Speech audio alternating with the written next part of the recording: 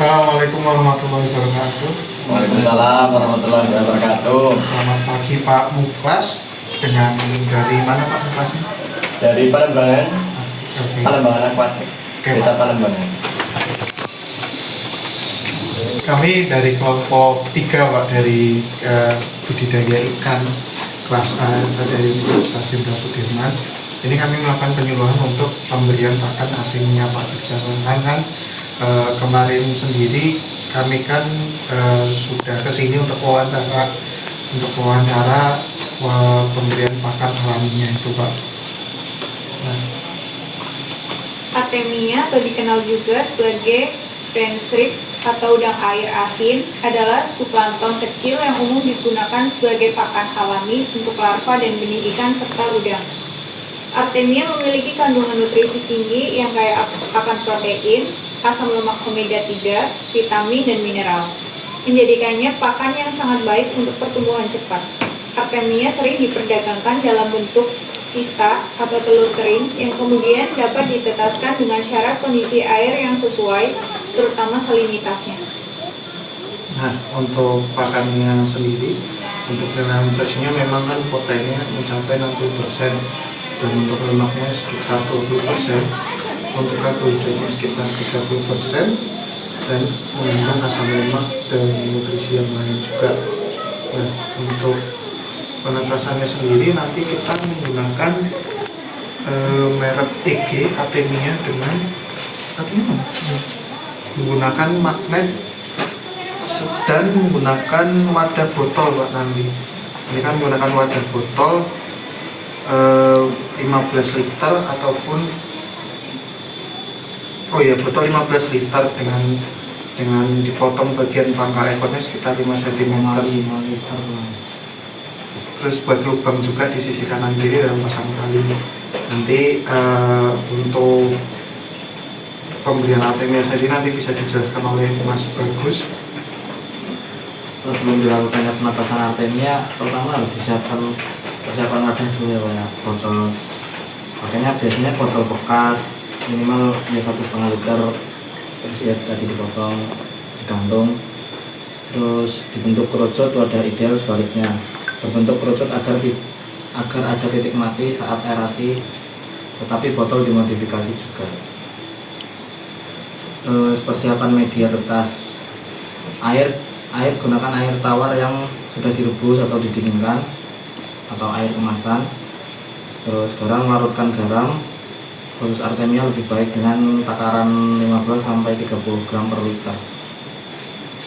Lalu masukkan batu aerasi dan nyalakan pompa udara hingga garam laut sempurna dan air teraduk rata, jangan sampai mengendap. Lalu ada hidrasi dan perendaman kista. Timbang kista lalu rendam dalam air tawar selama 1-2 jam agar kista menyerap air dan siap menetas. Lalu saring kista setelah direndam menggunakan saringan halus. Kalau yang kita lakukan pakai magnet ya Pak.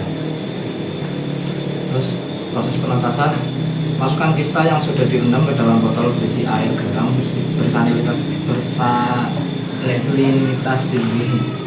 Terus diberi aerasi kuat yang terus-menerus agar kista mengapung dan tidak menumpuk di dasar. Penetasan biasanya memakan waktu 24-36 jam tergantung suhu air. Lalu dilakukannya pemanenan setelah 24 jam, dimatikan aerasi, terus tunggu beberapa menit hingga cangkang kosong mengapung ke atas, sementara nukleus akan tenggelam ya Pak, ke bawah ya. Terus panen bagian bawah, saring yang berada di bawah di dasar botol menggunakan sisa halus.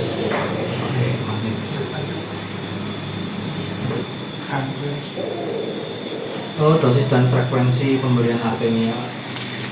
Pemberian Artemia sebagai pakan alami bergantung pada jenis larva dan usianya. Umumnya dimulai saat larva masuk fase tertentu, misal ya larva ikan cupang gitu kan. Kan ya. Ya.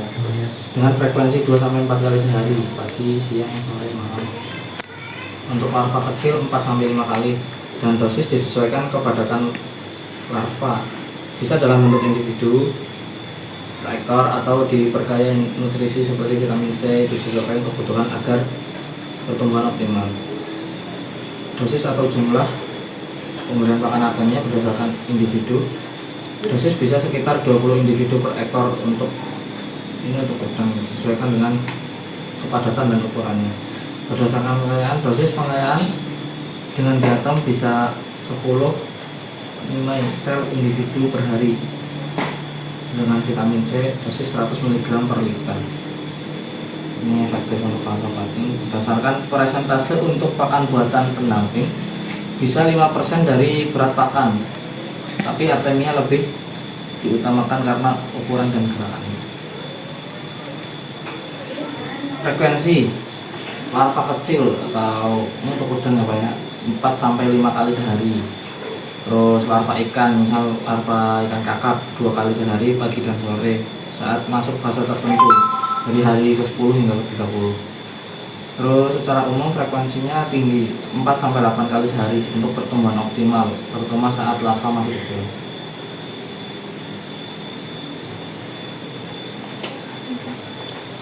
Terus strategi optimalisasi artemia.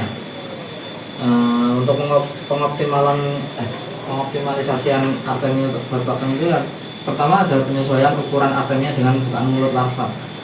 Terus kombinasi pakan, terus monitoring konsumsi secara berkala.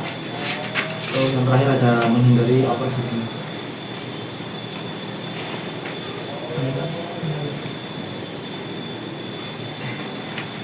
Buat manajemen kualitas airnya ya Pak, manajemen kualitas air untuk artemia fokus pada parameter kunci.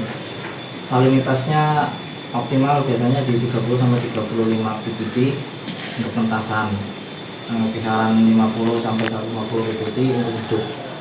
Suhunya di sekitar 28-30 derajat Celcius untuk penetasan, dan kalau buat pertumbuhan 25-30 derajat. pH yang ideal buat artemia sendiri di sekitar 7,8 sampai 8,2, di sekitar 8 lah. Terus oksigen terlarut lebih dari 5 ppm, serta kebersihan air dan sterilisasi, filtrasi dan untuk mencegah penyakit dan memastikan penetasan optimal.